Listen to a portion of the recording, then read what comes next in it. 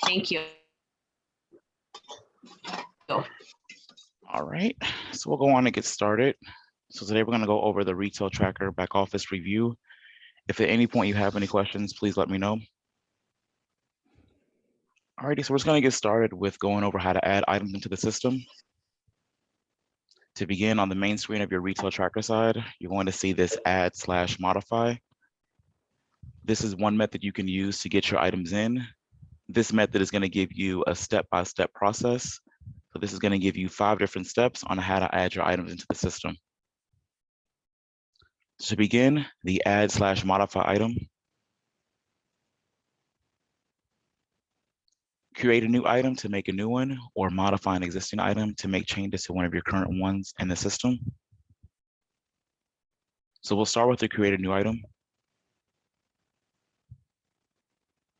All right, so step 1 is going to be the basic information. The basic info will pretty much be your item ID, the item name, the UPC code, the price, and if tax applicable as well.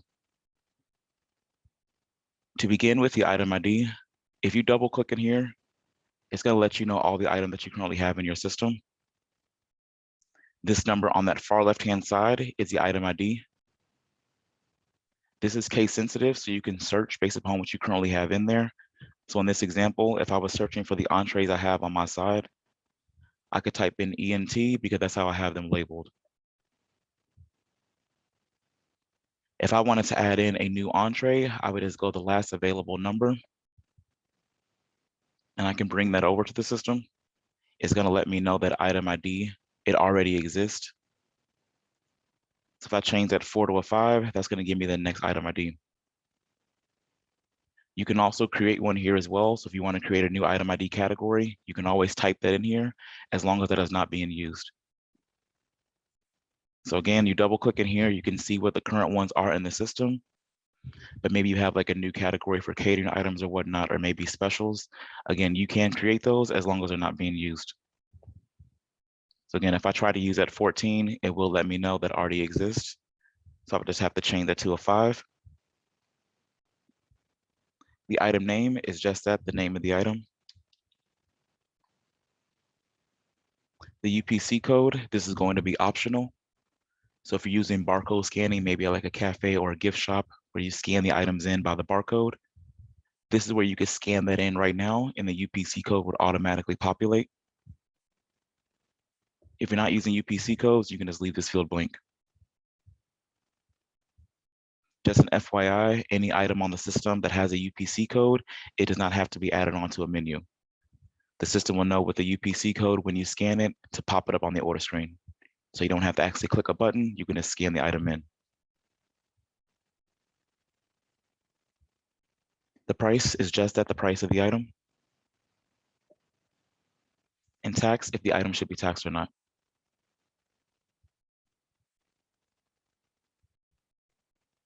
Step 2, this is going to be the category. To get to the next step, you can click up top to the next step, or you can use the next step at the bottom.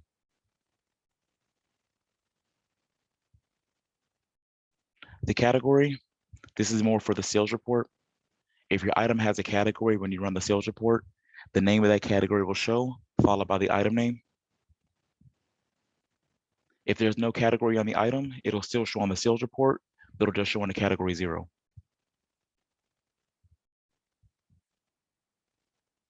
The POS type code is going to be the most important. For each of your communities, you each have your own set of POS type codes. This tells the system, how should we bill for this item? So should it go against a meal plan or should it not? Or should it be like billable? So maybe alcohol or different beauty shop items or whatnot. This is where you can tie that code over to the item. The POS code, this one's used for the resident. The alternate code, this is more for like a guest, an employee, or a no-name transaction. So again, item category, more for the sales report. So you'll see the name of the category followed by the item below and how many were sold. Versus these point of sale type codes, the POS code is for the resident. The alternate will be for the guest or the employee, also the no-name transaction.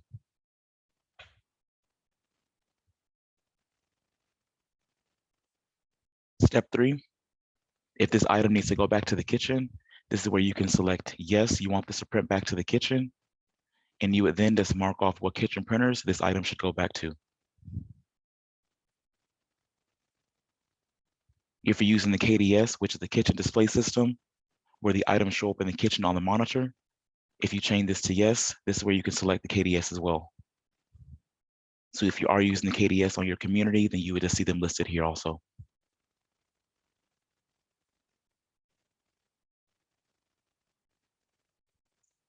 Step 4, this is optional as well. So if the item needs to have like a pop-up modifier, so for instance, when you select a steak, you want the temperature, or a salad with the different dressings. If you change this to yes, here you're going to select the modifiers that you currently have in the system. Again, with the wizard, it's a step-by-step process, so it's going based upon what you already have in there. If you have a modifier that's not in the system, you would create it before you come into the wizard. And we'll go over that in just a second, how to create those modifiers. So again, if you have this to yes, select modifiers is going to show you what you currently have in the system. So if this item needs to have a modifier that's currently not here, you would just create it again before you come inside. So in this example, I'm going to say no, it does not need to have a modifier.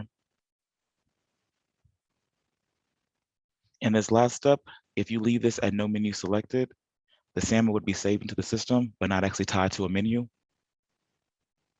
Versus here, if you select the menu, you're going to see your different locations first. And then you can select the menu that you want to add this item over to.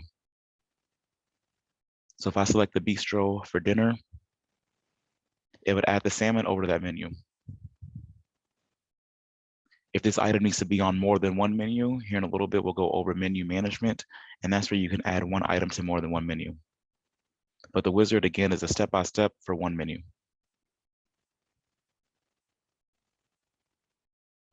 Save and finish, that's going to save the item into the system.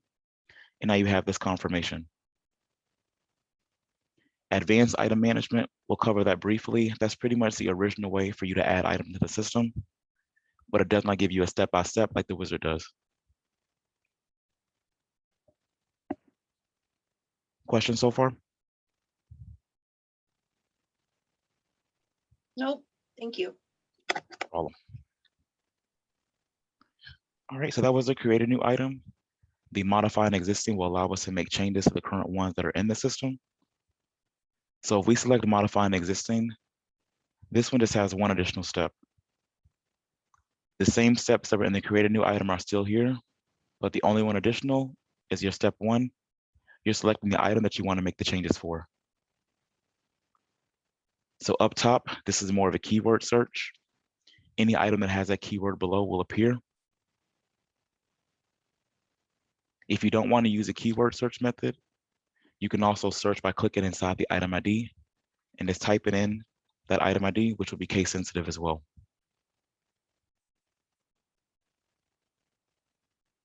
Whatever item you have highlighted, this is the one that you're making changes for.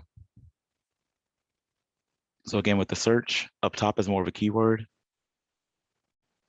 You can search by the item ID, or you can also search by the item name. Now, when you go over to your next steps, you're going to see the same information that we just covered, but the biggest difference is once you have an item saved into the system, you can no longer change the item ID.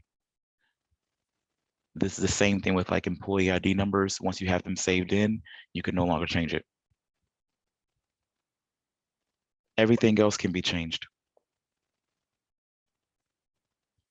As you notice, when you do not have a UPC code in, the system automatically keys in the item ID, but you can always change this.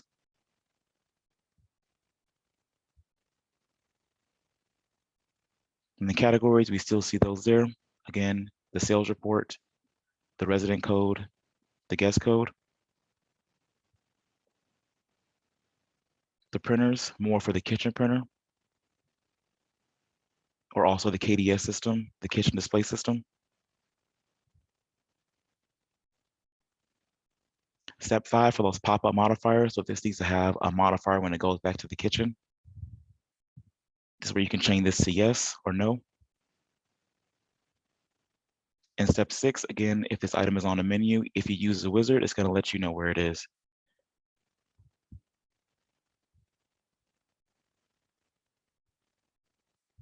Right. And again, this is all on the main screen of Retail Tracker, the add/modify item.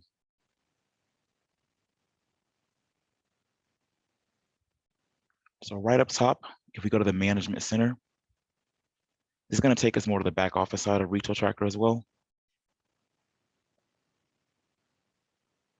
So earlier we saw those item categories on the wizard where it gave us the different categories for the sales report. Right here under item categories, this is where you can go to create them. So if you have a new category that you want to use, maybe catering or beauty salon or whatever the case is, this is where you would go to create that category. In item management, menu management, and many fields within Retail Tracker, you always want to modify to make the changes. Once you modify to make your changes, at that point, you can then adjust these current categories or create a new one. So if we arrow down, we're going to see all the current categories that are in the system. If you wanted to make a new category, you could either arrow down to the last line, or you can F4 on the keyboard. And at that point, you can just create the new name of the category. Again, the ID, as long as it's not being used, you can change that. The title is just at the title of the category. The coverage is always a default of 0, but if you do change this, that means whenever that item is ring in, if it's associated to that category, this is going to be the number of covers it receives. So maybe you have a pizza category, and anytime a pizza served, maybe it's really for like 4 people versus just 1. That's where you can kind of change the cover here. So anytime whatever item is associated to that category, they would have that cover count. In this last update, all that means is the last time this was actually created. So right now for these catering items, if I was like maybe even adjust this and add something over to it, now that update is going to change there. So again, all that means is the last time this item category was actually changed.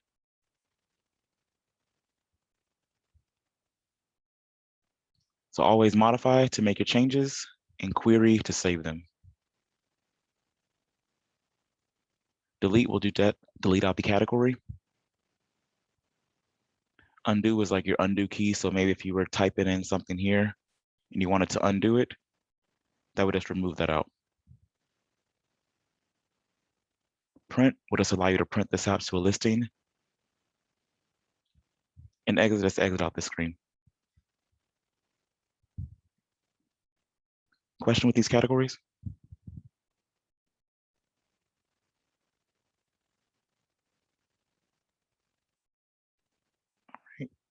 So again, this is all under the Management Center. We're under the Maintenance tab right now. So the item categories, again, just used for the sales report. We're going to go to item management in just a second. We're going to go over to the item modifiers now. So earlier, again, in that wizard, we saw where we can use the item modifiers that are in the system, but this is where you would go to create new ones.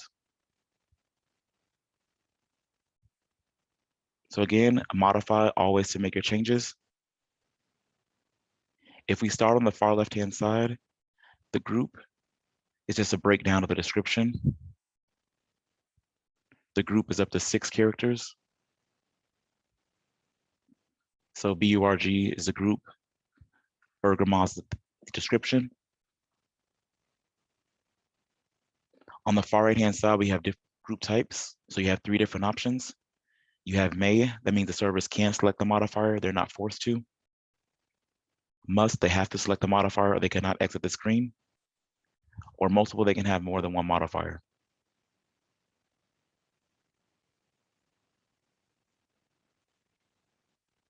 In the new value, this is just where you would go and type in your new value, so your new modifier. If the modifier has a price like an upcharge, this is where you can include that price. If there's no upcharge, you can just leave this modifier price blank.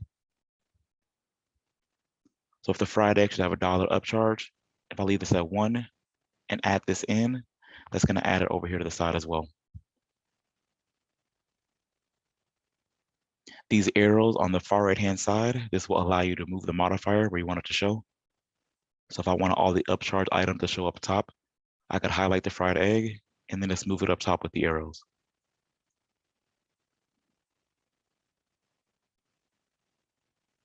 Remove, that's going to remove it out.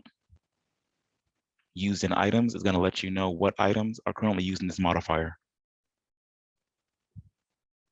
So in this example here, we know the beer should not have the modifier, so I could always go back to item management or the wizard and remove that out.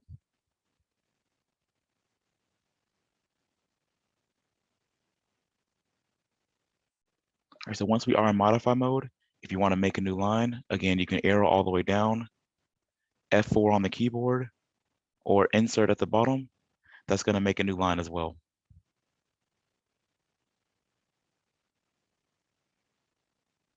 All right, so again, just type in your description, whatever the description would be.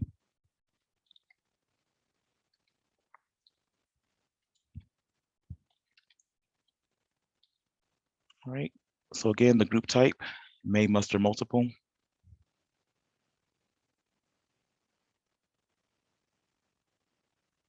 The new value, just type in the value of the modifier. And then add, we'll just add it over to the listing as well. And in this case, you just keep on adding them in until you're done with your list. So again, modify to make the changes, query at the bottom to save them.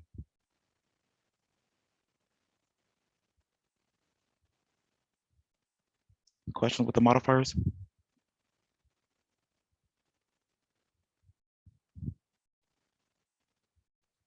All right. So again, that's going to be right here under the management center, the item modifiers. If we go over to item management, this is another way to maintain your items. Now again, with item management, it's not going to give you that step-by-step. The wizard, we were able to have those 5 different steps to create the item, or the 6 different ones to modify an item. Just like in the modifying item, up top will be the keyword search. Or again, if you don't want to use a keyword search, then you can just search by either the item ID or the item name.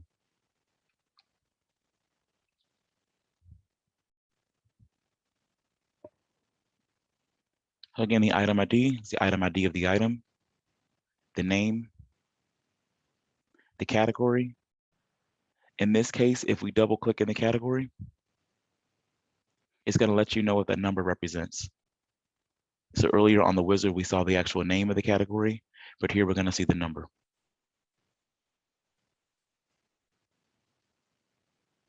And the price, if it should be text. So right here, we see the point of sale type code. When we go into the extended view, we'll see the alternate type code as well, that one for the guest. This print with order, that means when it's ordered, it needs to go back to the kitchen. And then here, we're going to see one printer number. But again, when we go into the extended view, that's where we're going to see the other printers as well. Inactive, if the item is no longer being used and it's been rang in before, you can make it inactive. That way it can no longer be used. You would not want to delete it out because you don't want to delete out the history of the item. So like if it's been rang in, any past reports that it's displayed on, you don't want to remove that history. So the best bet again, if the item has been used, just make it inactive. If you created the item by mistake and it was never used, then you can delete it out.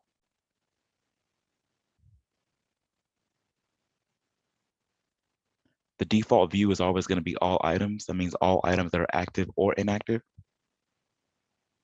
If you just want to see the active items only, mark off active items only, and you'll just see those. Or inactive items only will just show you the ones that are considered inactive in the system. And again, those ones that are inactive are no longer being used and cannot be rang in.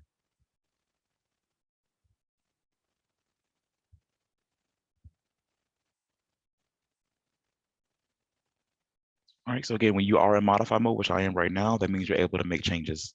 So if you try to queue over one of these, you're going to begin to make that change. Best practices, if you want to change an item, the best bet is just to create a new one. So like if you were trying to make this fish of the day something else, maybe you no longer are using that and you wanted to rename it to like, salmon or whatever fish it is. If you do that, all those past reports are going to show that new item name. So again, the best bet if the item is no longer being used, make it inactive versus overriding the name and creating into something else. That way all those past reports will actually show what's correct. So again, if you have a new item in the system, just make a brand new one versus overriding an existing.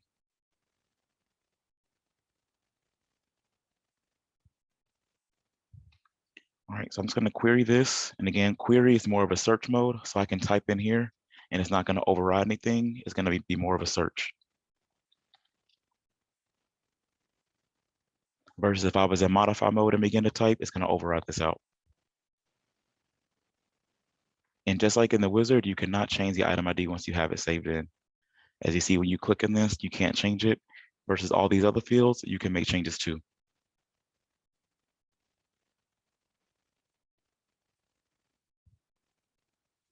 So at the very bottom, this duplicate on the far left-hand side, this will allow you to duplicate either one item or a range of items. With the one item method, it allows you to make this change where you can change the item ID, but the name of the item will still be the same. But again, you can then change it because you've made a duplicate of the item. Versus you can duplicate as well and do this for a range of items. And this goes by the item IDs. So if you want all the items between a certain item ID to have a new item ID prefix or suffix, or a name prefix or suffix, this is where you can make that change as well.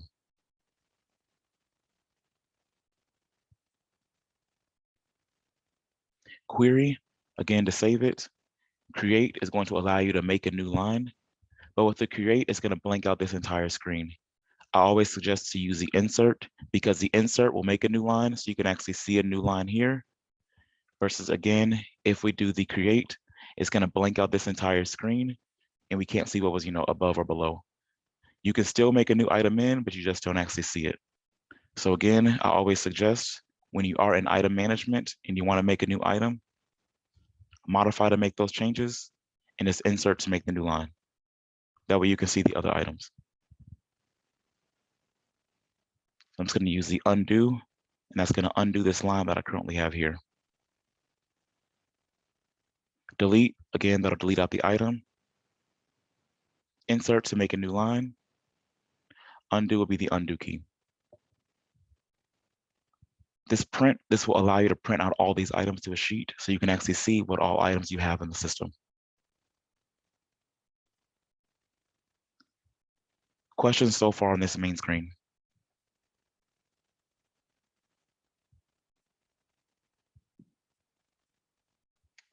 Okay, so I'm going to go back to that salmon that I created earlier. This blue arrow on the far left-hand side, this is going to give us the extended view of item management. You're going to see a lot here. You probably won't even use half of this, but again, you know that it's here. So with that wizard, we have those step-by-steps, but item management, we just don't see those different steps. So again, modify to make the changes. At that point, we can actually see the category that we saw on the main screen. Now we see the point of sale type code, the guest type code. This alternate to is optional. This is more for a child C type. I personally don't see this used too often, but you do have the ability to use it. Our UPC code. Again, if you don't have a UPC code in, the system automatically keys in the item ID, but you can always change this. Standard cost, this is more for inventory. So maybe if you sell it at 21, but the internal cost is cheaper than that, this is where you would key in the internal cost. That way, whenever you run your sales report, you'll get a real gross margin.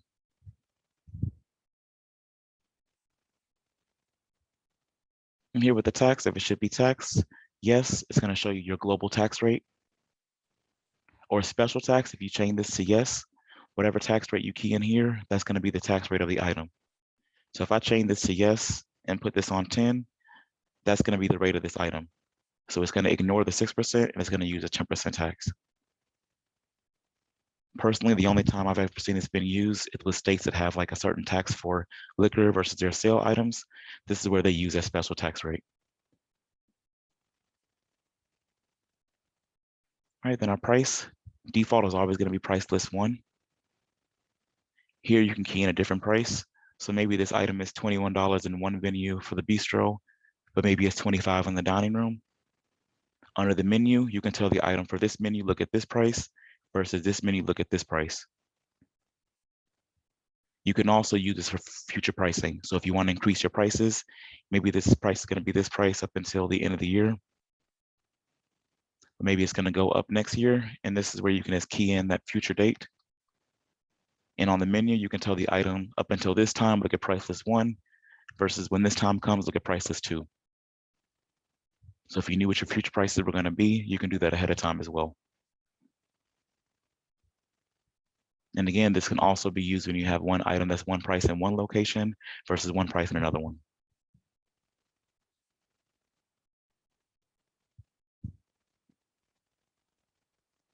The sales discount, that's going to be by percentage.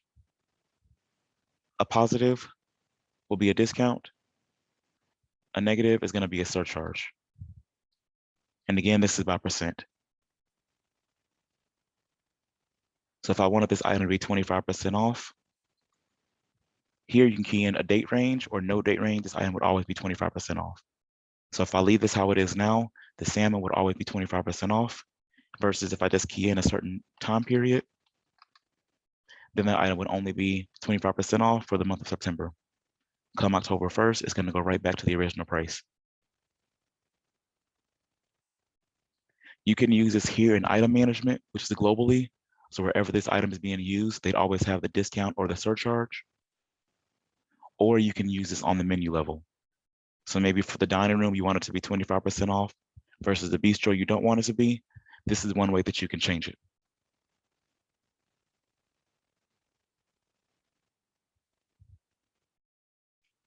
All right, so I'm going to go over to the general too. I'm going to show you the most important things to use. I know there's a lot to see here, but if we just start up top, this confirm selection, this is always set to no as a default. All that means is anytime you go to ring this item in, it's not going to ask you for a password or anything. It's going to automatically just ring it in. If you change this to manager card, that means that whenever they ring the item in, they would either have to have a manager card or a manager number. Daily pin, that's an Excel spreadsheet that we have that generates every 24 hours with a 4-digit pin code, and they would have to know that pin code before they bring the item in. Fixed pin is whatever pin code you have created here, they would have to know that pin code. Personally, the only time I ever see this being used is when you have like alcoholic beverages. So maybe only certain servers can ring those in, or people over a certain age, or maybe you have like really high price item that you only have certain people ringing in. This is where I see either the manager card or that fixed pin being used.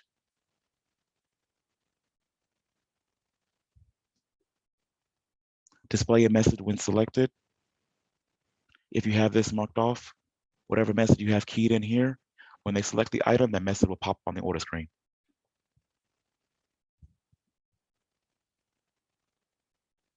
This item description, this is more like a restaurant. So when you're on a menu and you have the actual item that you're ordering with that description below, this is where you can key in that description here.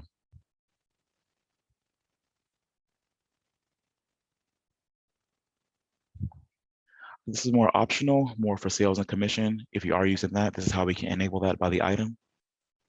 This can also be done in batch. Supplier model is more for our full-blown inventory module. We're going to cover the countdown feature, which Retail Tracker automatically includes with no charge. And this print section and KDS section is more for if this item needs to go back to the kitchen. This is how we can see it here. So under the additional printers, that's where we can select more than one printer as well.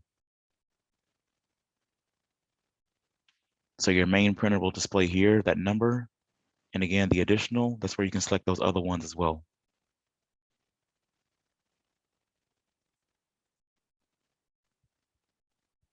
As a default, when items go back to the kitchen, they print in black. The modifiers print in red. If you want an item to print in red versus black, under the special print color, regular is going to be black or red for red. Again, those pop-up modifiers will automatically print in red when they go back to the kitchen. So if you have a steak with the temperature would automatically print in red. Printing can be done in batch as well, and this is more for the item IDs. So if you select this batch, this is where you can range based upon the item IDs as well. So versus going in one by one to do the printing for the items, you can do this in batch also. The printing can be done in batch as well as the kitchen display system. So the KDS, if you're using the actual monitor in the kitchen for the orders, this route to KDS, you're gonna have a default KDS here. And if you are using more than one, the additional KDS, this is where you can mark off those additional ones as well. But again, if you're not using more than one, then you can just bypass this field. And on the bottom right-hand side, you're gonna see the batch. This will allow you to range in batch by the item IDs as well.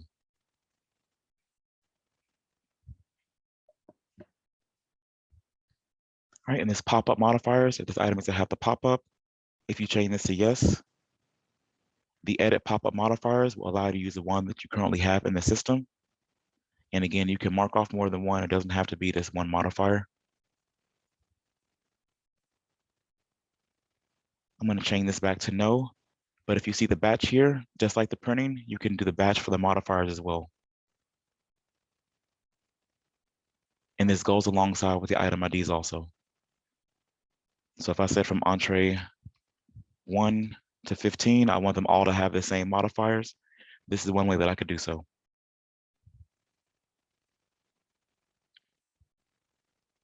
The append to existing, if these items currently have modifiers, whatever I have in the selected field would just be in addition to, versus replace existing, it's going to replace whatever modifiers they have with what I have in the selected field.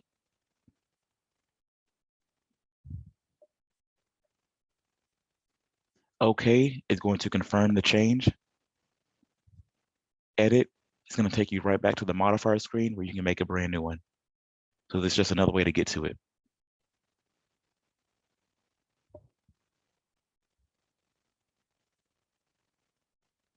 The manage modifiers, that's going to take you right back to that screen as well.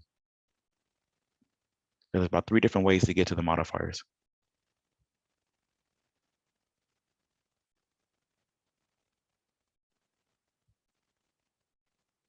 All right, the inventory tab. With Retail Tracker, we automatically come with a countdown feature. So maybe you have 50 specials for the night, and when you run out of those 50, you do not want them to ring in anymore. They can't. That's going to be the inventory local. Answers is more of a full-blown material management module, and that comes from the Matrix Care side. But again, Retail Tracker automatically comes with the local feature. So if you want us to use the inventory, under inventory item, you just change this to yes. Local for the Retail Tracker inventory. Company, you're going to see your company number here based upon your community. Locations, if you leave this at all, this means this is inventory for all locations, or you can select as a certain venue. So maybe I only want this for the bistro. I can select this for the bistro versus all. And the starting quantity, that's the amount that you have to start off with. And your low stock is that low stock warning message. So if I have 25 here, for instance, when it gets to 25, the servers will receive a 25 remaining, 24, 23, and so on and so forth. When they do run out, they will not be able to ring this in until someone comes and add in more. So again, query to always save your changes. Once you have this saved in, when you're back inside modify mode, that's where you can then add in a delivery or a physical count. This delivery, on the left-hand side, you're gonna see the current values. These you can view, but you cannot make any changes to. Versus these new values, this is where you can make a change. So if I have 100 at the moment, but maybe we prepared 25 more. So if I add in 25, that's gonna change what's available. Versus physical count, maybe you've counted and maybe 2 have been misplaced or 2 are broken. If you change that number, it's gonna give you the difference compared to what was available versus what's on hand. Okay, it's gonna save in this record. And now you're gonna see you have 123 of this item available. Again, whenever they run out, they will not be able to ring in the item until someone comes in and adds in more of a physical count here for the delivery.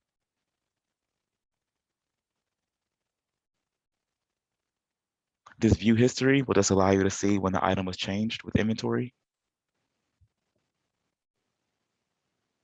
At the very bottom, you're going to see who created the actual inventory record.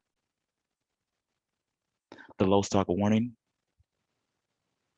The first and last document number, this means the first receipt to ring this in with inventory and the last receipt to ring this in with inventory.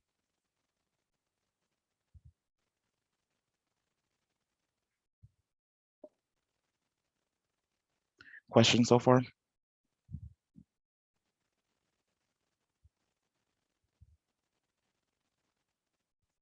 All right, so locations. This here, if you have all locations marked off, all this means that if you try to add this item to any one of those menus, it could be used. It does not mean that this item is on all those locations. It just means that if I try to add this over to one of those menus, I could. If I was to remove one of these locations, if I try to add this over to one of those menus, the item's going to show up in A followed by the name of the item, and they won't be able to use it.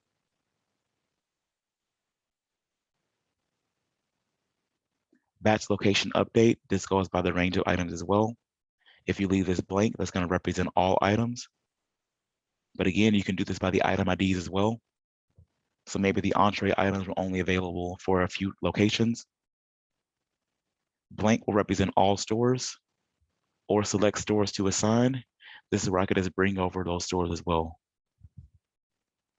So if I only wanted these items only available for the dining room and the bistro, that's where I could put in those locations and then bring them over here by the item IDs as well.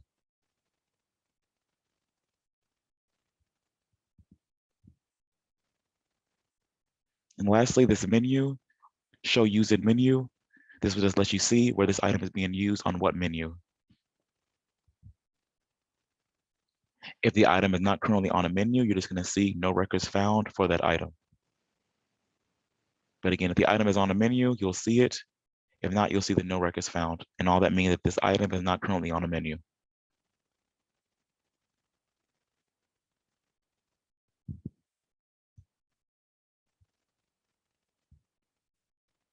So that's pretty much an overview of item management. Again, we went over the most important parts that you would use.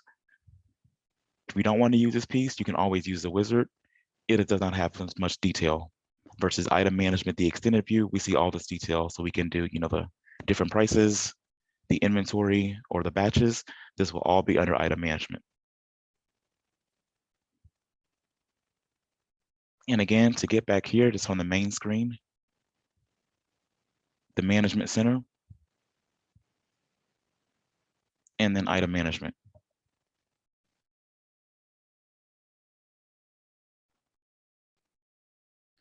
All right, so you went over the item categories, item management, the item modifiers. I'm gonna cover the menu management feature.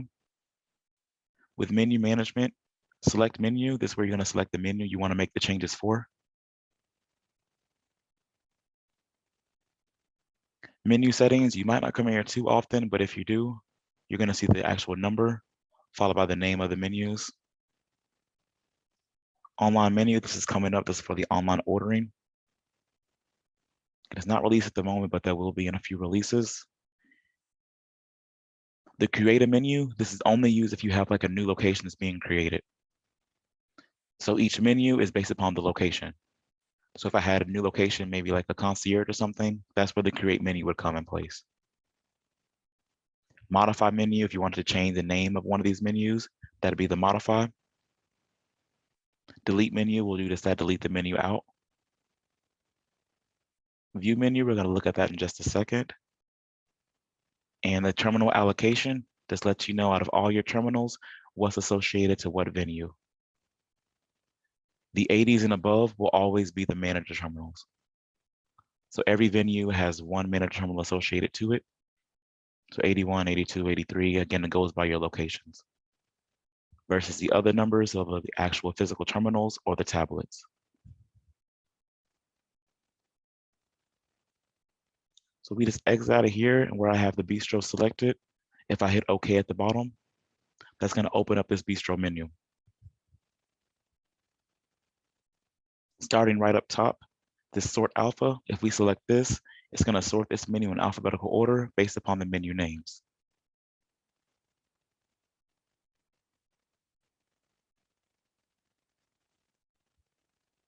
This undo would just undo the alpha sort. Again, always modify to make your changes. If you're not on modify mode, then you're just reviewing.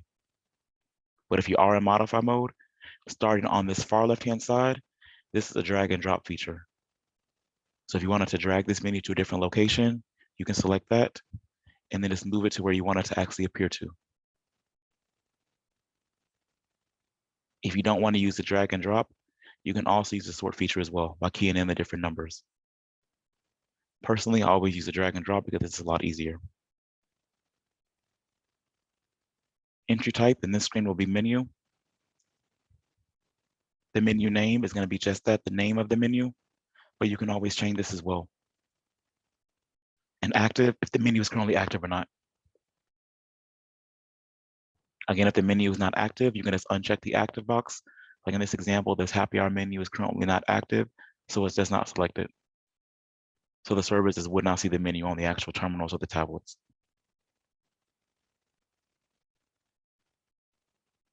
Button, this goes for the far left-hand side of the menu. Just so you can get a glimpse of it, if we hit the preview at the very bottom, this is going to allow you to preview the menu. So this button that I'm referring to right now is on the far left-hand side. This is currently what we're making changes for. When we open up the menu, that's when we'll be making changes for the actual menu items. But right now, we're just making changes for the names of the menus. So when it comes to the font color, you have the white or the black option. The button background, personally, I use option A because option B, you only have these colors here. Versus here, you can select all the different options that we have listed.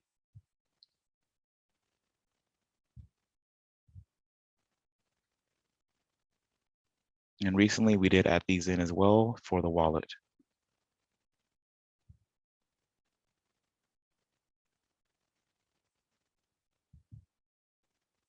Availability, this is going to be the availability of this menu. So in this case, the from and the to date, this menu is always available.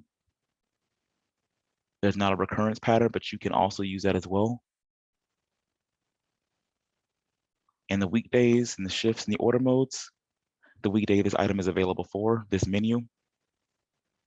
The shifts, the default is always 1, 2, and 3 for breakfast, lunch, and dinner, but you can use up to 7. Here in just a second, I'll show you where you can create those different shifts and associate the time with them as well. So maybe you have a happy hour menu and it's only going to be available for shift 4. For that shift, you can have a certain time frame. That way, once that time goes away, the menu would just no longer appear. The same thing for like a breakfast menu if you only wanted to show under shift 1. In this case, I have this showing Monday through Saturday, shift 1. But then for brunch, that one appears on Sunday for all day. So for Sunday, they don't see the breakfast menu, they see the brunch menu. This is just one way to go about that.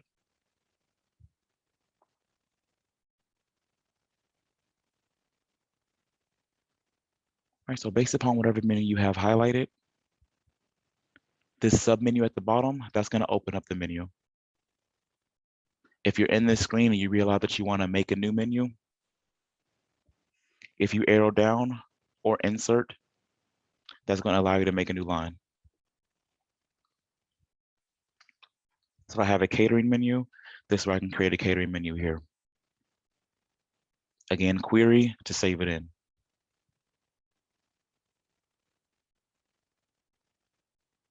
Modify to make those changes. Submenu, that's going to open up the menu. So I just created this catering menu, so everything here is going to be blank. There's not any items currently in this menu. If I want to add items over to this menu, if you double click here in the item code, this is how you can add an item in as well. So if you double click here, it's going to take you right back to item management. And this is where you can actually type in to bring those items over to the menu.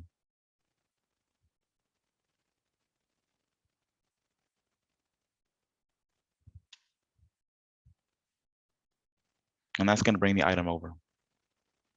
Once you have the item added over, at that point, you can change the colors for the button or the alignment as well. As a default, 0 is going to automatically arrange your items in.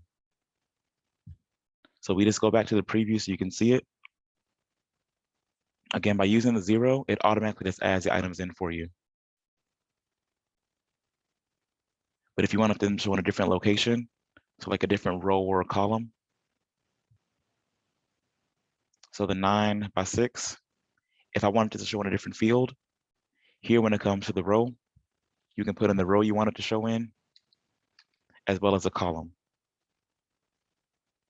So if I save this in here and go back to the preview, now you're gonna see for that button where it's actually going to appear. Again, that's since I use the row and the column. If you don't use the row and column and leave it at 0, it's gonna add your items in automatically from left to right.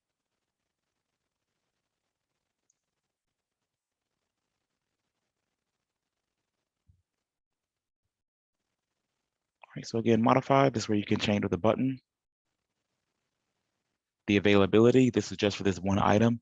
So maybe this item is only available for a certain day or a certain time. This is where you can adjust this as well.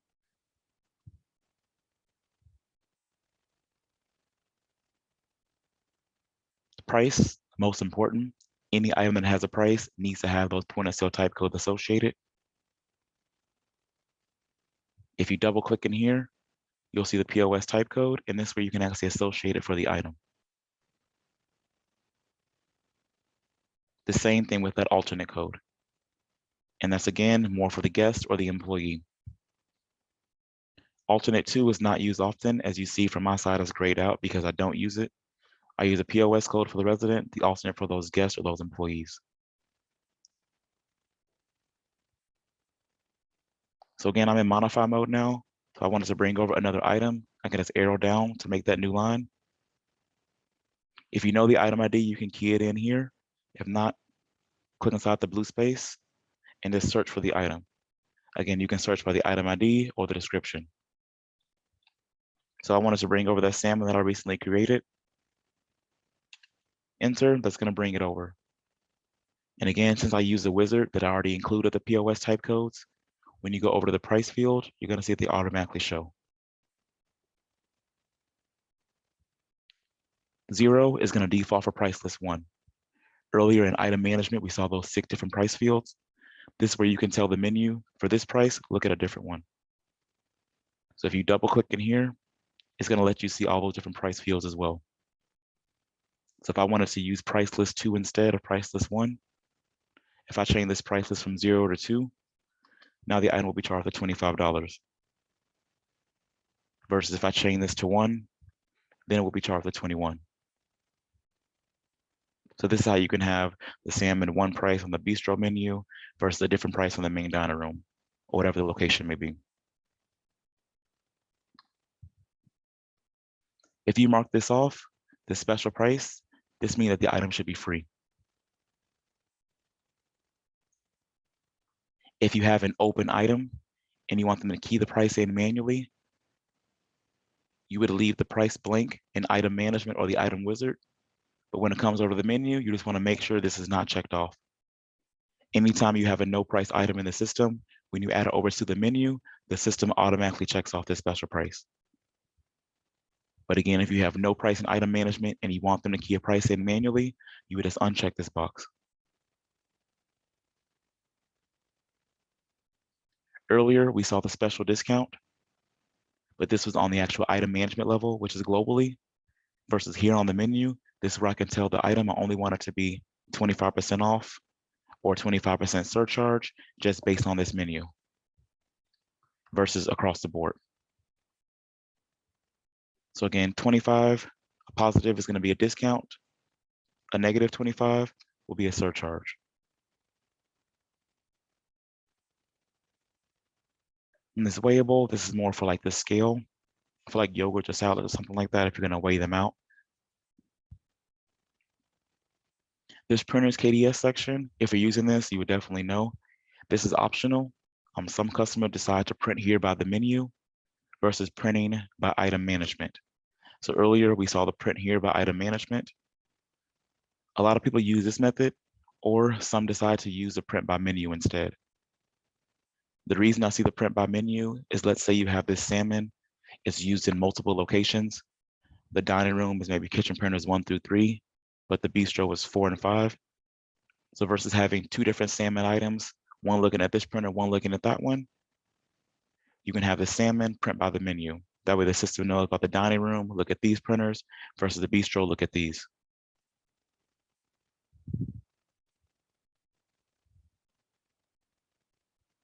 Can query at the bottom, we'll save it. Edit, this will take you right back to item management. So this is a quick way to get back to item management. Maybe you realize there was a misspelling of the item, or maybe the item price needs to change. This is where you can make that adjustment.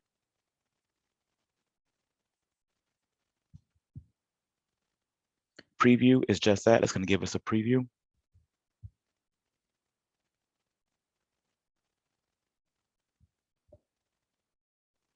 Update and batch. This is where you can update and batch. So if you want all items, maybe you want all entree items to appear to this menu. If I go to the add multiple items, again, you can double click here.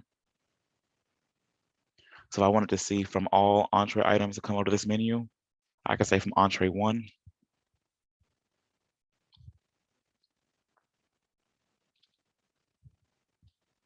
I'll say if I want it from the steak.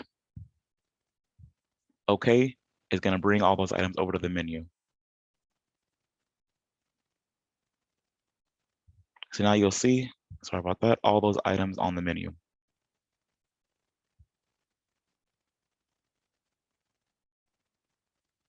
And again, if you are using this row in alignment, just so you can see here, for the lunch promo is going by 5-2.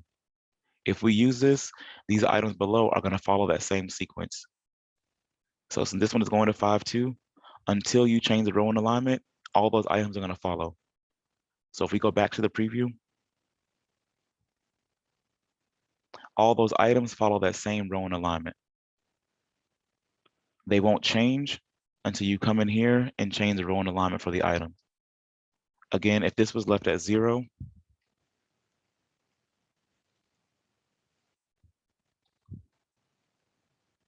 if we save this and go back to the preview, now you'll see all those items are going in from left to right because the row in alignment is not in place. And as you see here, they need a background image. And that's gonna go right back over here to the button field where we can change the actual image.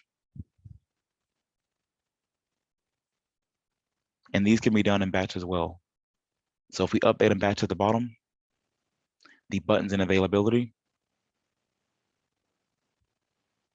you can update the font color. So maybe I want to change all the fonts to be black now, as well as the background image. This is where I can change that image also. Okay at the bottom. Now all those items on the menu have been changed. If you go back to that preview now at the bottom, just so you can see it, now you'll see that those items have been changed as well.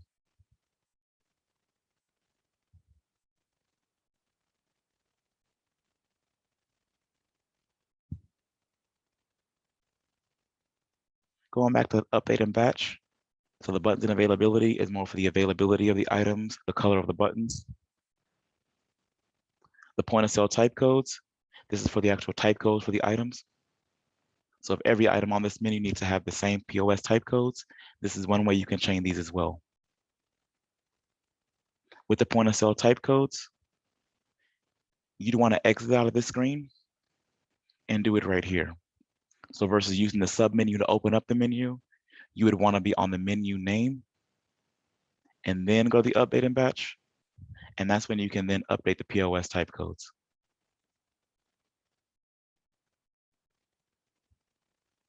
Replace all values. If those items currently have POS type code, it's going to replace them with whatever you have here, or only update existing values. The ones that are empty would only update the items that do not have a POS type code on them.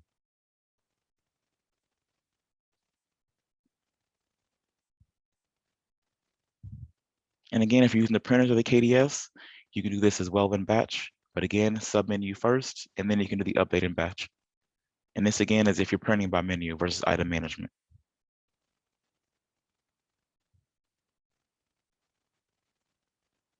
All right, just like in menu management, if you want to remove an item out, if you delete it out of here, it's still going to be in item management. So if I modify again to make changes, and maybe this pork chop is no longer going to be in the menu at all, you don't want it to make it inactive because you're not going to use it. If I delete this at the bottom, it's going to delete it out the menu. If you go back to item management by using that edit, you see that the pork chop is still there because I did not delete it out of here. I just deleted it off the menu.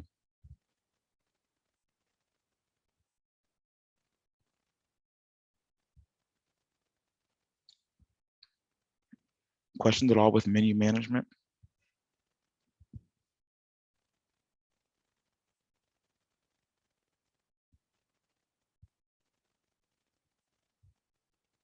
All right, so I'm gonna back out of here. And again, we're still under the management center.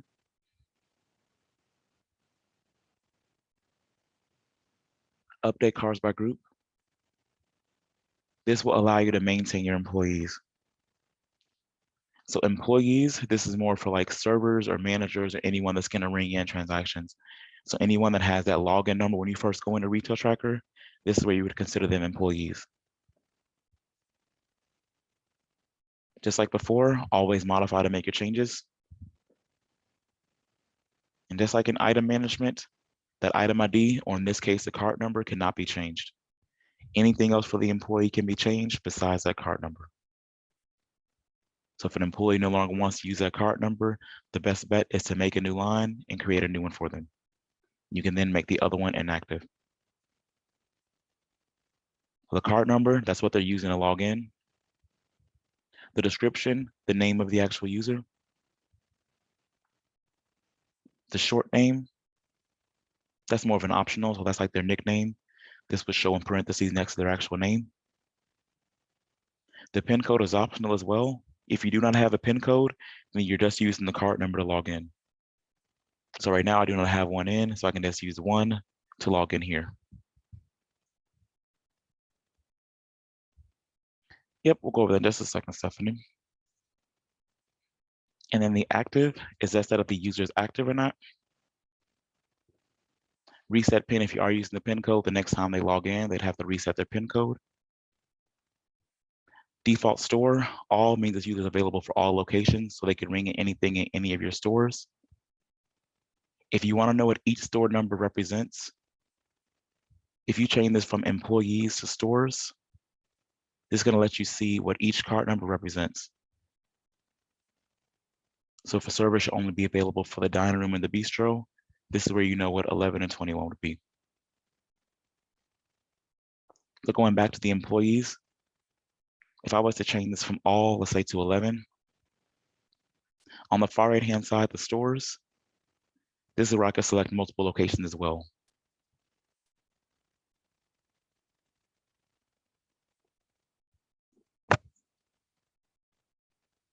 The moment you add someone in this field, they're automatically granted the cashier rights.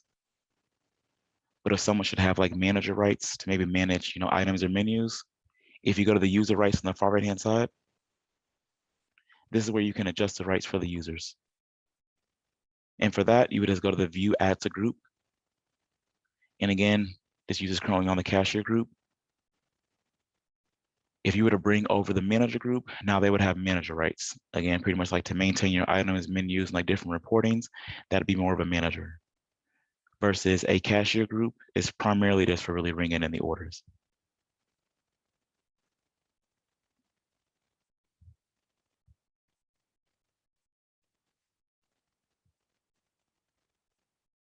Right, and just like in item management or any of the other fields, always modify to make your changes.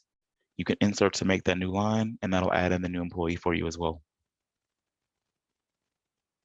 The system automatically tries to give you the next available card number based upon the last one that was used, but you can always change this as long as the number is not currently used. If I try to change this to one that's currently existing, like 2, for instance, you'll receive this error message here.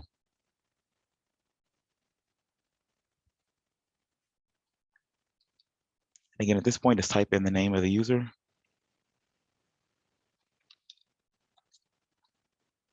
The short name is optional, as well as that PIN code. Active if they're active or not. Reset PIN if you're going to reset the PIN code based upon their next login. Or default store, again, you can change this here. All will represent all locations, or here you can select just one. And then under the stores, that's how you can add more. So maybe this uses for store 11 and 31. Under stores, add/remove. This is where you can maintain that as well.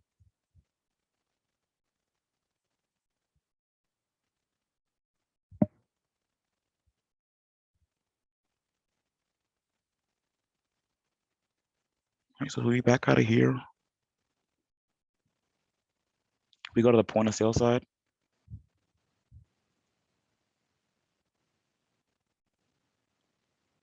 Comes to the wallet. So if someone's going to add money to their wallet account, at the very bottom, you're going to have the name.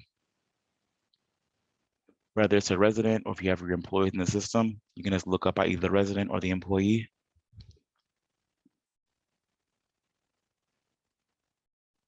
And again, you can search by the item ID, the last name, the first name. If you're on the terminal or the tablet, you just click inside of any of these fields. And then at the bottom, just search for what you're looking for.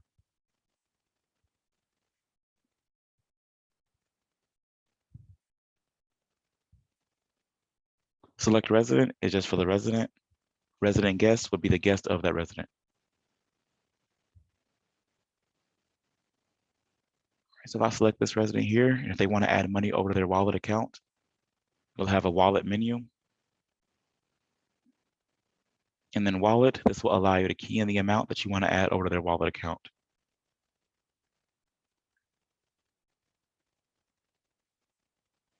In this case, they want to add $25 to their wallet.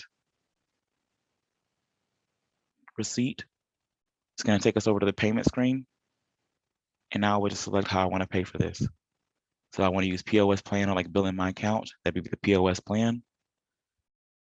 A gift card or a credit card is if you have an actual credit card and they want to use the $25 by paying there.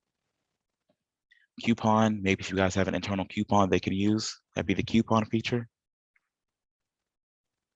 Department, you will see 4 departments listed here, your top used departments.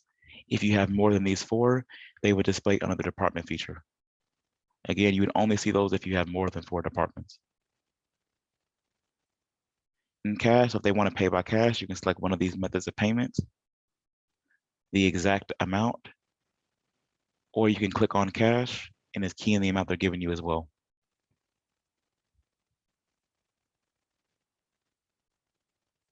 Print on the right-hand side is going to be the last step to close this out.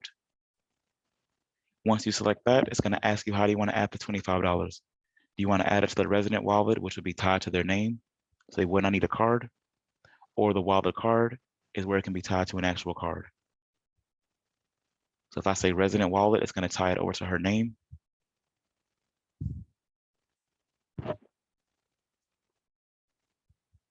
And now let's be confirmed on her account. So again, versus using the physical card, I just use the resident name and that tied the money over to her name now.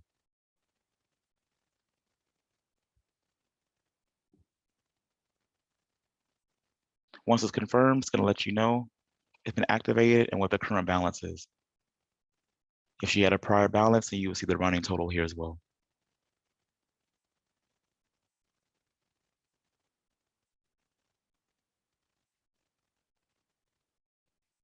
Right, so that's adding the money to the wallet. Now when they want to use it, you would still select the name like before. Look up the resident. And again, you can key in any of the fields before you search.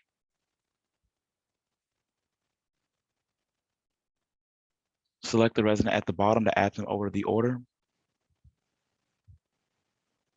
And at this point, you're going to ring in what they want to have.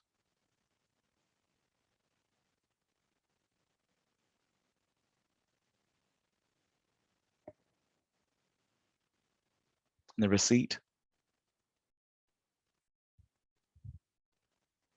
If they have money in their wallet, when you go to the wallet method of payment,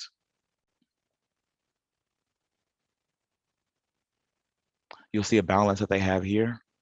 If you don't have a balance, this would just be blank. If I select the pay, confirm the amount that I want to go to the wallet, lets me know now the balance based upon this transaction. Okay at the bottom. Now we see 742 is going against the wallet. And the last step, just like before, would be the print to close this out.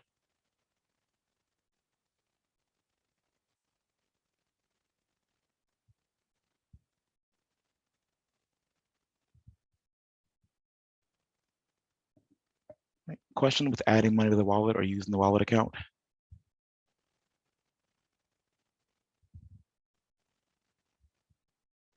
Okay.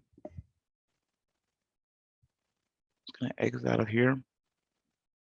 Going along with the wallet, you have the gift card / wallet right here.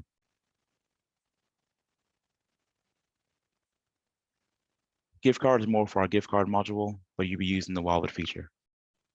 So for the wallet account, the view balance, you can view this by the resident, the employee, or the guest. So resident, they can scan, swipe their card, or the resident look up at the bottom. If I select the resident, it'll just let me know what the current balance is, and this can then be printed out. Same thing for the employee or the guest. As far as the reports, you'll have the statement as one option. You can run this by the date range.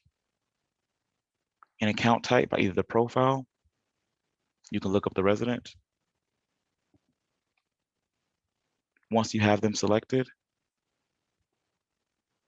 by printing this out,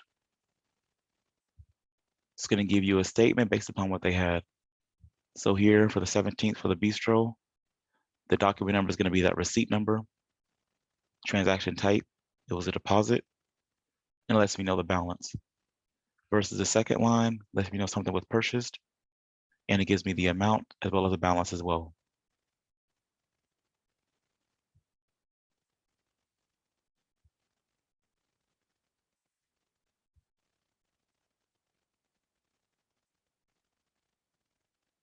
So you have the statement for individuals versus accounts. Run your as of date, and by the profile type, whether it's a resident, employee, or guest. When you go to run this, it's going to let you know who has a wallet currently in the system. So here I have the employees versus the residents, and then the guest.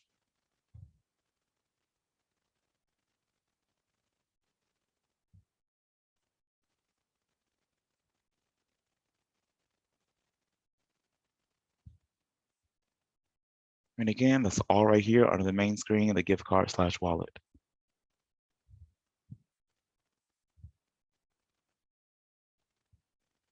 So for a second, I'm going to exit out of here. It's going to go back to the retail tracker back office module. So as far as your residents, you're using the ADT. So your residents come over from the other side of Matrix Care. So that's how the residents are integrated over. They come over to the retail tracker side with the integration piece. The inner meal plan purchases, once you have the residents in. Lavelle, I have a question. Sure. So when we add a new resident into Matrix, it automatically flows into the retail tracker during the integration. We don't have to, like, say Bob Smith admits today. Will he automatically show up in retail tracker tomorrow, a couple hours later? How does that work?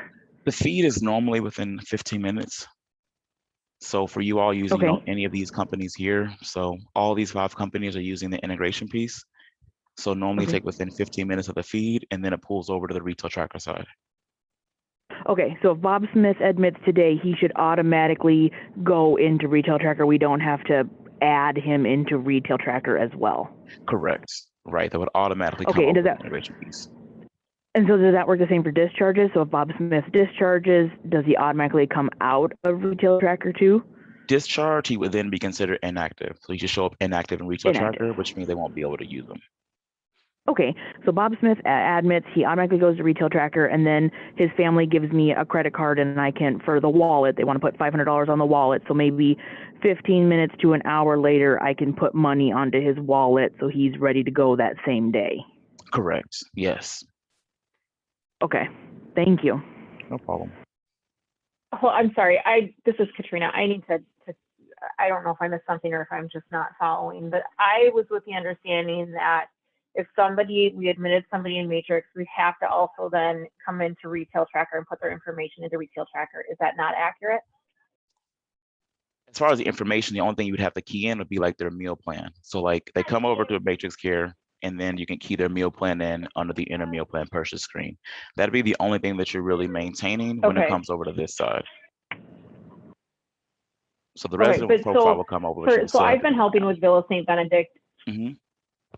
Okay, so I've been helping with Villa St. Benedict, and I have got residents in Villa St. Benedict that are showing as inactive or never admitted, but yet we have them admitted in Matrix. So how would we fix that? Because I can't figure that out either.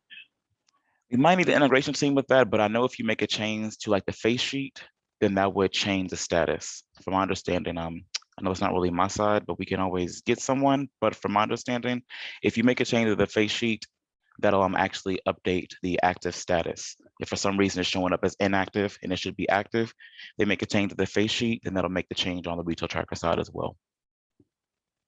Okay, all right, well, I will try that and see if that helps, and if not, then I'll file a ticket. That was the one thing that I was really hoping to get from here, so thank you for that. No problem.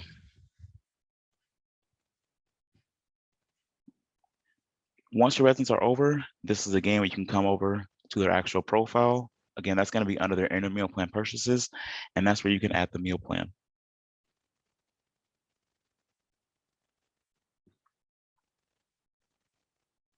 I'm gonna go to one of these. I know that doesn't have one. All right, so anytime you see this blank here, that means they do not have a plan at the moment. So anyone new, this is how it will appear on the Matrix Care side. When you double click in this meal plan field or F5 on your keyboard, that's where you're gonna see the meal plan that you all have on your side. This is where the plan can be then added over to the resident. Lavelle, this is Amanda. I have another question. So with this meal plan, if we select the 3 meals a day, that means they get 3 meals a day included, but if they go over that, so say they purchase 3 meals and a snack, so then the snack would be charged, but the other 3 meals would not, because that's what's included. That's their meal plan. Right, that'll be based upon how your plans are set up. So it really depends on how the plan is set up. If the plan is set up to be, 3 meals a day, a true 3 meals a day, then correct. But if it's really set up to be, these AL people really have whatever they want, just no guest meals. So again, it really all depends on how the plan is set up.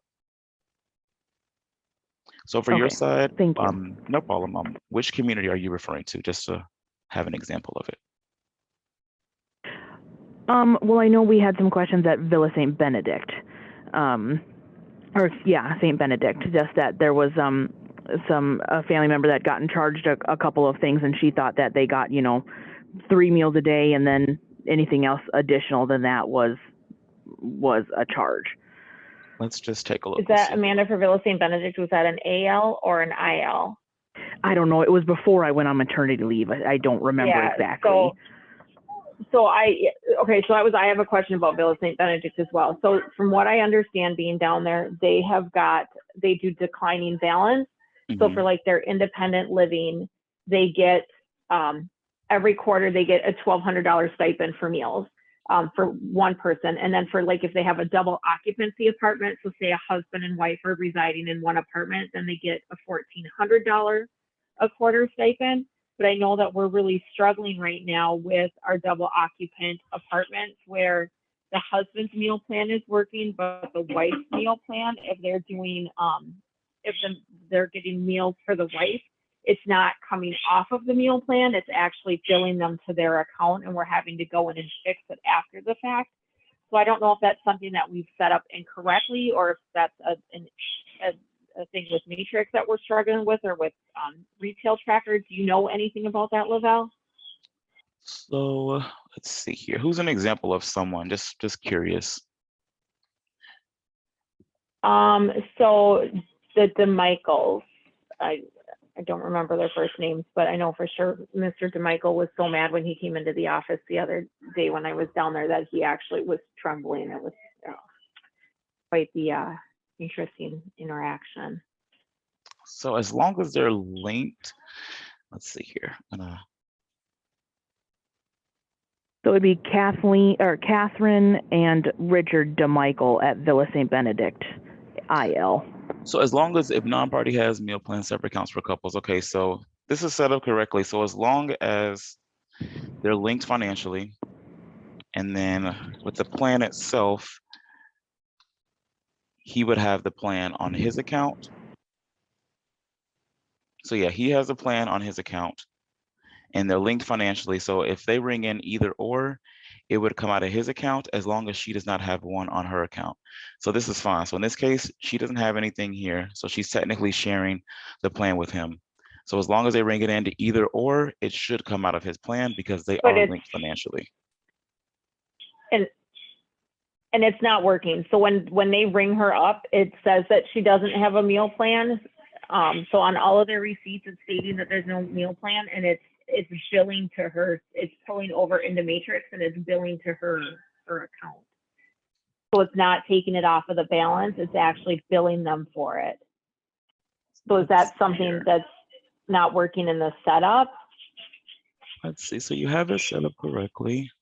Just take a look here.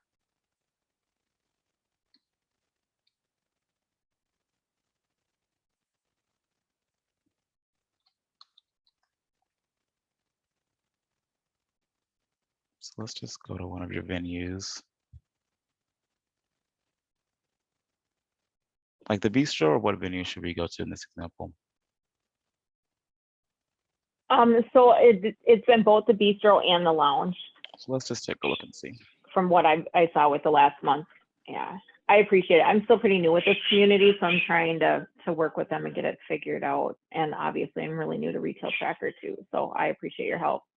No problem. Let's just take a look here.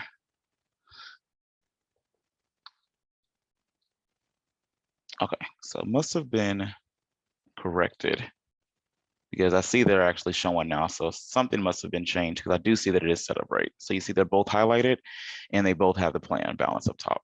So technically they can use either or and it would come out. Same thing with, like, you know, whoever your other couples are. I will.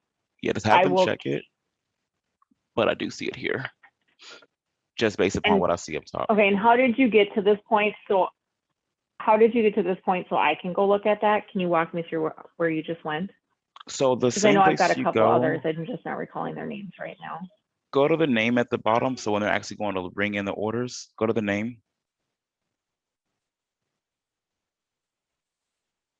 And then under the name, this is where you're gonna see the actual residents here. So like if you were to type in those DeMichaels again, whoever's highlighted, that means they do have the plan. So then right up top, again, we see they're both highlighted, so they both have a plan, and we see that they're on the couple plan.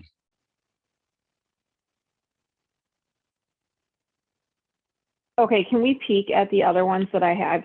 Just pulled my files. Can we peek at the other couples really quick? So I've got, so it's MEIS is the last name. And the same thing with them. They don't have a balance right now, but they do have a plan together. Okay, because these are the ones that theirs is not pulling right. Okay, so they don't have any, so they have no money in their account currently? Yep, it shows 0 up top. They must have used all their plans. So they're being billed for everything. Until their plan starts again. It's good to know. And then the other one that I have is, okay, and then the Vogrin, VOGRIN. So is she linked? So if she's not linked to him, which I'm assuming is the case, that's why she's being billed. Because I see that he has a plan, but if we just back out of here really quick.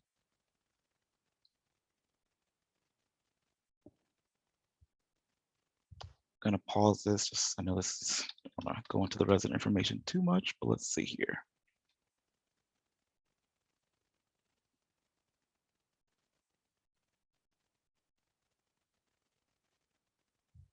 One second.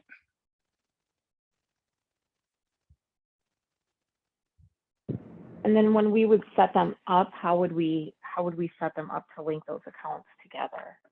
That's more of admissions, not really retail tracker, but they would need to be linked. Let me just show you here. I don't want to go because I don't want to show HIPAA information. But this resident side, Right, because it's, yep. based upon the profile, so whoever needs to be linked, so for instance, if it's a Mrs., you would go to her account. Again, I don't want to show too much information because I know we're recording this in HIPAA purposes, but under this profile here, there's a financial tab, and I'm just going to show you on my test company since I know they're not real residents. All right, oh, 1 second here.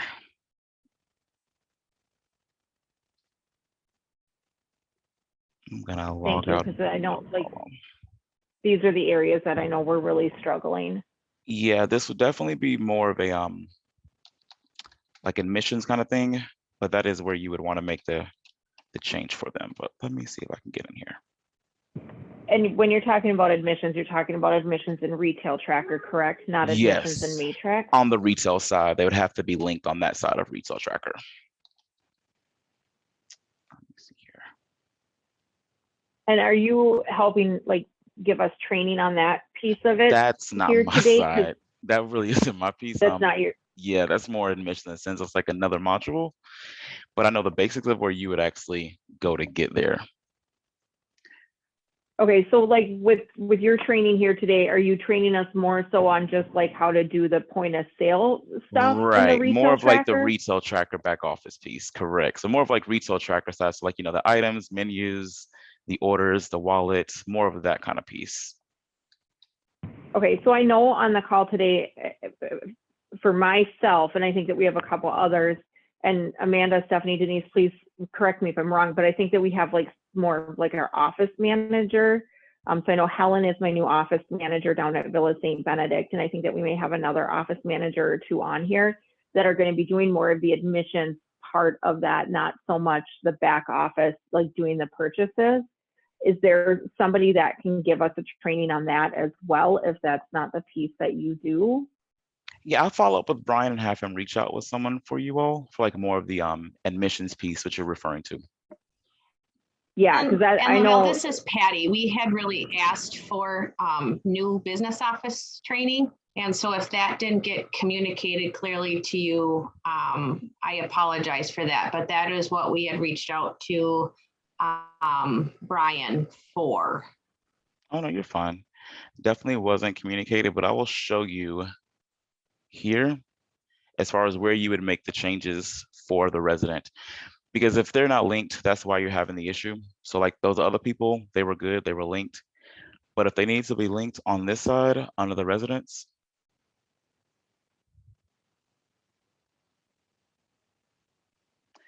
who was the one couple we had, the last one? What was their last name again? The ones that weren't linked. it was. Volcom. Yep, it was. Volcom. Yeah, VOGRIN. Got it. Okay, so Shelby in this case, I'm gonna connect our profile. Yes. Yes, so Shelby. So what you would do is you would want to go to the financial tab of the resident. And where it says bill to, you want to change that to be the actual, the main party. So if we double click here. Okay. George, in this case, he's the main party. Yep. And okay at the bottom, that's going to link them.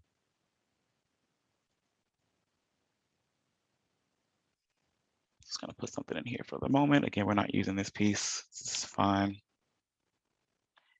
Okay, so now that we have them over there. Private pay is PRIV. That's.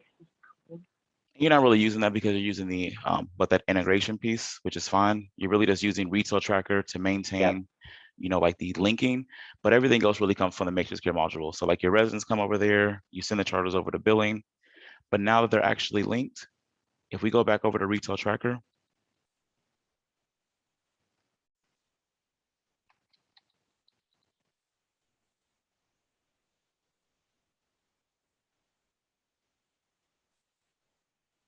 I'm just gonna go back over here to the bistro. It'll be. And I haven't brought our charges over yet for August, but I'll do that here probably in the next few days. So it'll be to look to see if those are actually pulling accurately or not. Yeah, so now that we make the change as of now moving forward, now they're actually linked. So now if you look at them both, now they're both highlighted. So they just have to be linked. Okay. And that'll just, it's pretty easy to link them, but we'll go over it again just so you have it. Do you have another example of someone? Those were the three that I know of for down there. And I do know that when we pulled over our July changes, and I don't know if somebody went in and changed it after the fact. I know I did not, but I do know that when I pulled the July charges over, that each one of the spouses, it did pull their charges onto their statements. So, and I don't know if somebody went in and made those changes after the fact. We did send that to Garrett, who's our culinary director there. So he maybe did do the changes. So I think for right now, we're probably okay. I'll wait. And like I said, see when I pull those charges through, and then see what happens from there. And if it's still not working, then I can reach out to your guys' help desk on that. So thank you for taking the time to look at that with me. And then I've got, so we had changed the setup last month so that they're no longer able to pull and pick residents that are not inactive. And so now we're finding that we've got a lot of residents that are showing up as inactive that are actually admitted. So I'll work on a couple of those and do a face sheet change and see if that will then flip them as to active in the system.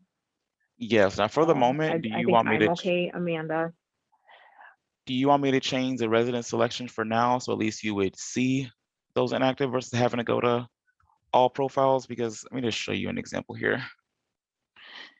So I'm just going to show you. Well, I think the problem is that we had last month, and the reason that they had changed that is because when they tried to pull, they had selected residents that had never been admitted. And so then all of a sudden it gave me an error. It errored me out and I couldn't do my upload. Got it. Okay. Which is why they had made that change. Got it. So I don't know, Patty, what do you think the solution is? Do you think we change it back so they can select the inactive ones, or do we try to work to get everything updated and corrected?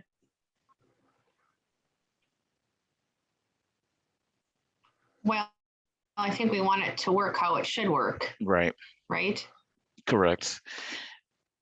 Like I said, do that face sheet change. And from that face sheet, like you said, if that then changes in, from what I've heard, that's the solution.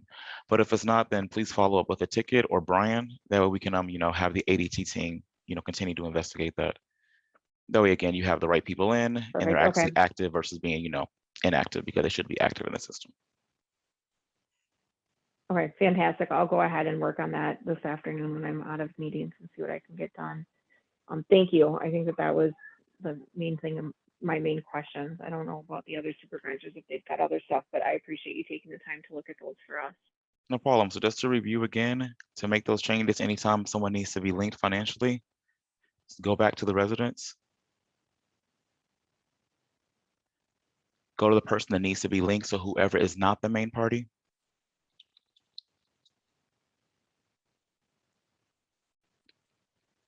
You're going to go to the financial tab, and then you would just link them here.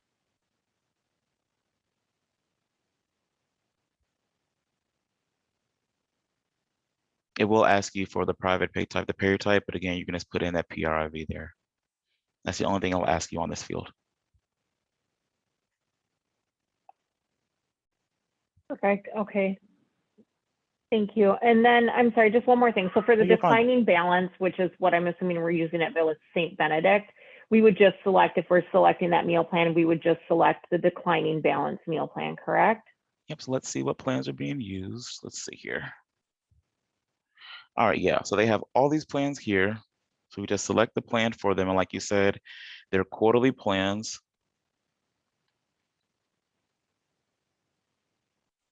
Besides these transfer plans. But yes, if they're using these declining balance plans, then this is where we would select the plan under the enter meal plan purchases field.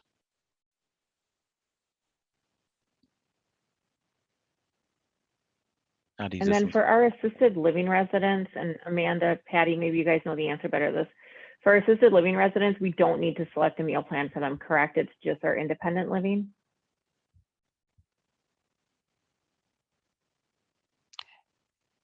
Do they ring in transactions? I don't know. I'll follow up with their culinary director and see what he says. Because if they ring in transactions, then you would want to have a plan to them, because if not, they'd be billed for those charges if they don't have a meal plan.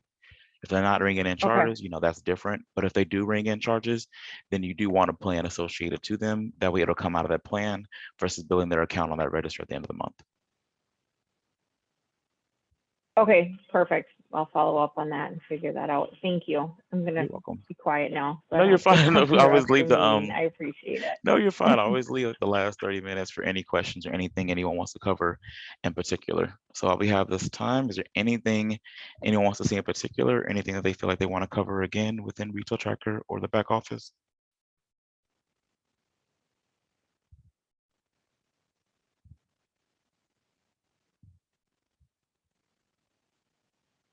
Anything from the business side office? Again, we know about the plans and the linking of the accounts. And of course, the end of the month process is going to be the same thing that you've been doing, like you stated, that register and that update. But like you said, we just want to make sure that the integration team is working on, those active versus inactive, if that face sheet is not the resolution. Could we walk through that month-end process again? I know we did it in a previous meeting, but I know like Helen is new. I guess I don't know about the other office managers that we have on here, but could we walk through that month-end process? Sure. So let me go over here. All right, is it okay if we do it on your side for Villa St. Benedict, or would you like this on a test company?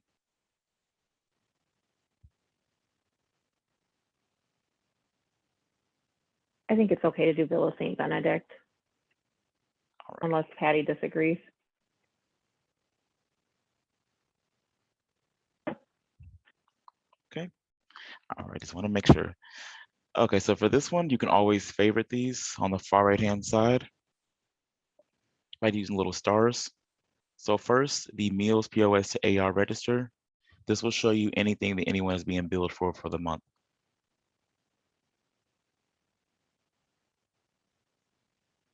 So run for last month is always the default. If you uncheck this, it's going to give you the current month.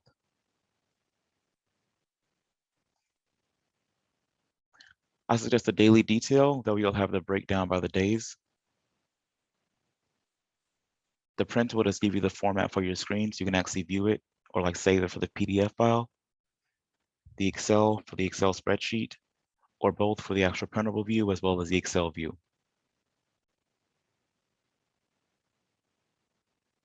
If we continue at the bottom, it's going to begin to generate the register for us. So we're just going to go through and see anyone that actually has billable charges. So if anyone shows here, they either went over the plan, they had no plan at all, what they had was billable, or let's say if they were a couple and they weren't linked properly, then that's where those billable charges would come from.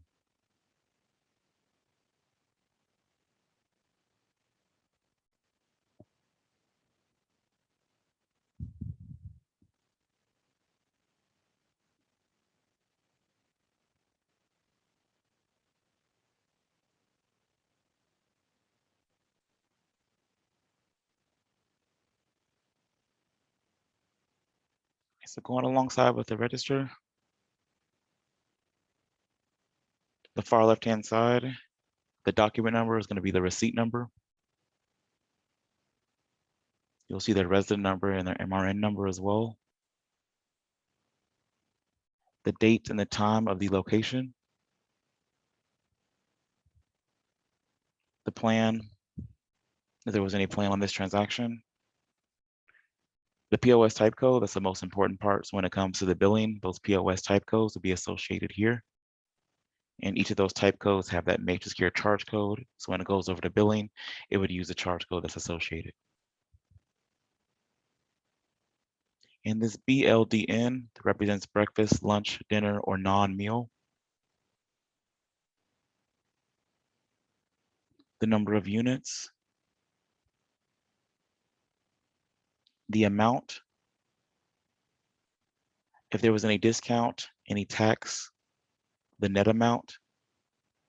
Paid would be 0 because they're not paying for their balance on the retail tracker side, they're paying for that in billing. Charge, what they're being charged for. Billing module at the moment would be RB, but again, you're using the integration piece, so you can bypass that billing piece, because again, that'll just bring the charges over with the integration, or send them over as well. The customers that do not use the integration, like before, how you were just using the LPC side, this would tell the system where should this go to, resident billing or first and third billing. And at the very end, you'll have a total for each resident. If you go down a little further towards the end of this actual register, you will have a grand total for the report, and then a total based upon each POS type code.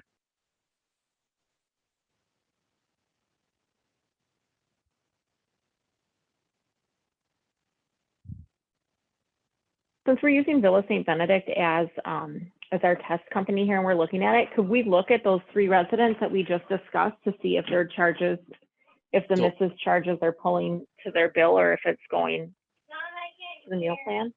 So let's see. So who is the first one for Shelby? We just made the change today.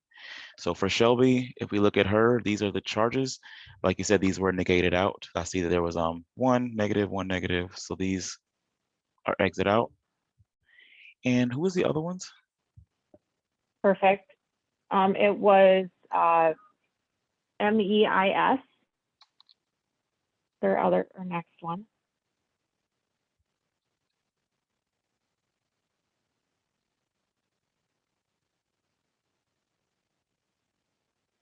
I'll go down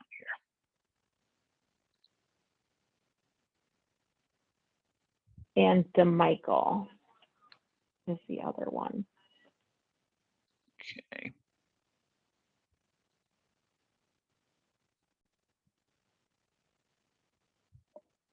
Almost there.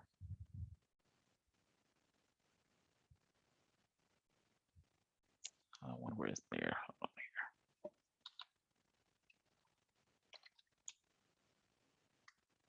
Wonder how I can find them. And the other was DeMichael, right? We'll go to him. We'll see if we can find those easier. Perfect. Thank you. I think it's breaking it out by the OID. Let me see.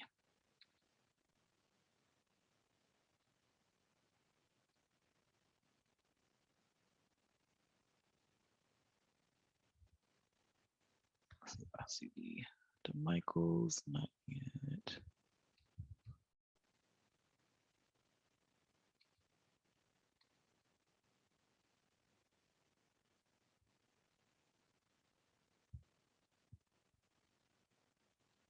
So I don't see anything here. Let's run this for September instead. I don't see anything on that one. Only thing I saw was one for Shelby, but they were all negated, so someone went in and do the negative for them.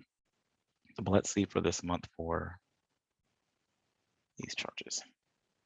So again, since we made the change for those people now, as well as only for one, that'd be as of now moving forward. But let's see for those other ones.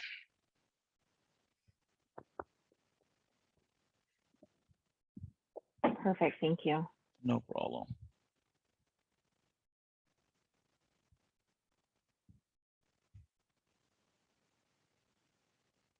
Okay, so let's go here.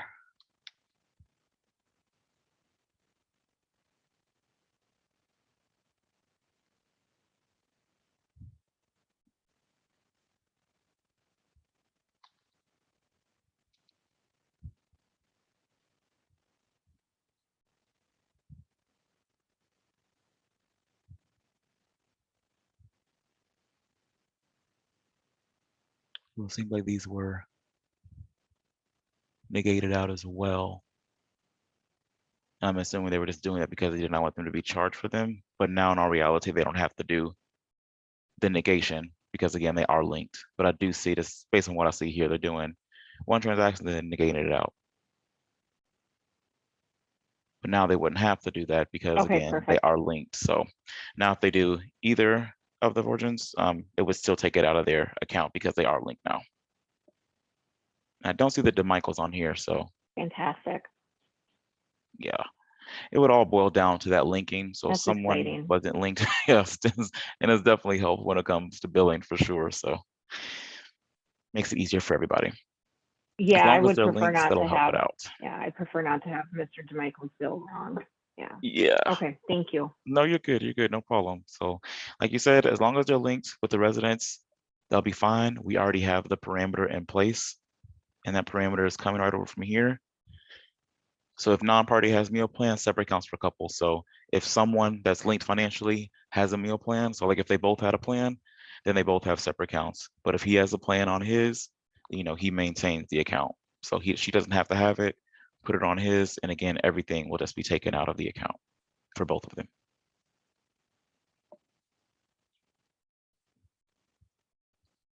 As far as the register on the POS type code, this is just where those charge codes are coming in place. So your charge codes match over your POS type codes. This again, just so you know, so when it comes to billing on the matrix care side, this is just where those items are going to route over to these ancillary charge codes.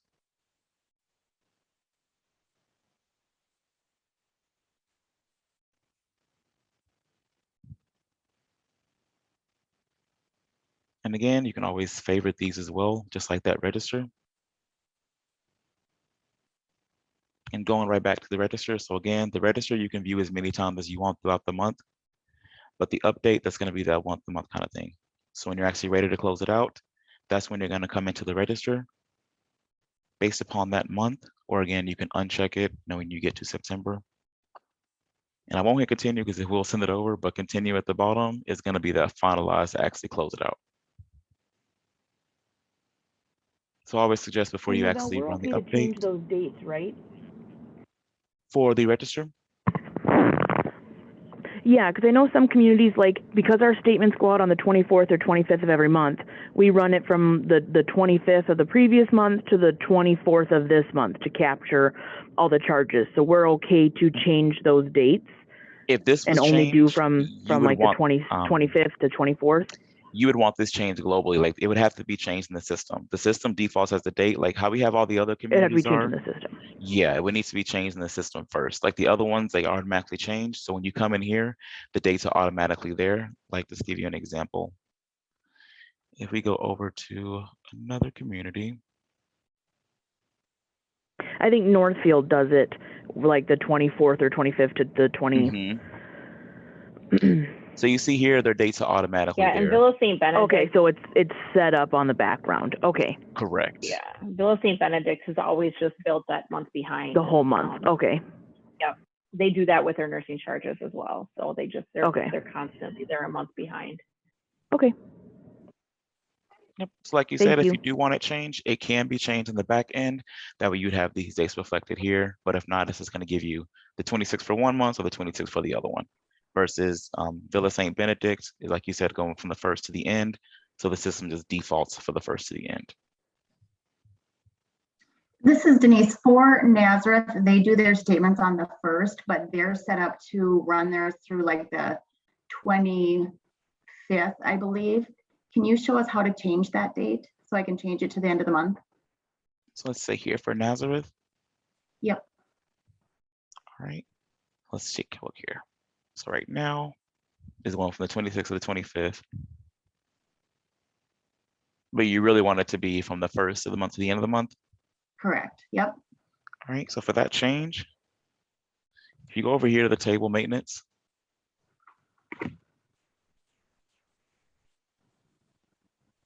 and right up top, you're going to have the meal POS parameters. Again, you can always favorite this one also, so you have it. Once you are in this field, you want to modify up top and just remove out this 25 here. Okay. And take it out completely? Yeah, take it out completely. Do they want that now? Yes, if you could do that, that'd be great. Just delete it out now here. Thank you. No problem. So we delete that out there. Gonna come back into retail tracker. And now we need to update something on our end. Let's see here, 1 second. Okay, perfect. And now let's change 0, so there you go. Okay, thank you. No problem. Change this really quick.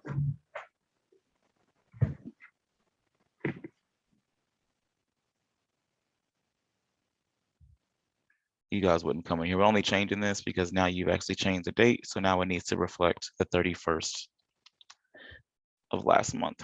That way, whenever you come in here, now you'll see the 30th. Okay. One more thing for you.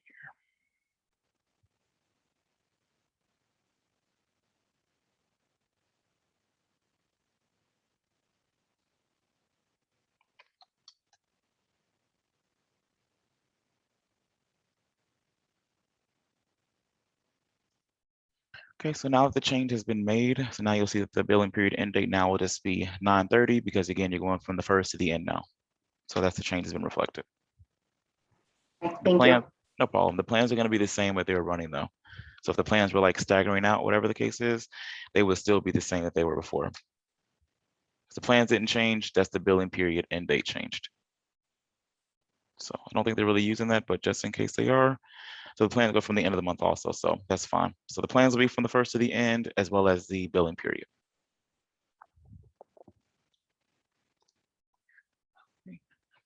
Other questions?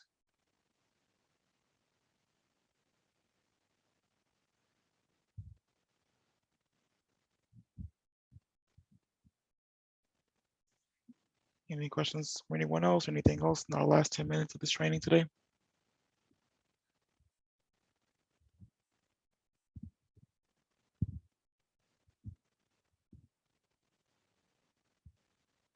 All right. So you will have the recording. Normally takes like maybe 20 minutes, if that, to generate. And I'll send it to everyone on the invite, so everyone will have the copy of the training as well. And make sure you download it. I believe it expires in 30 days from that link, so make sure you download that.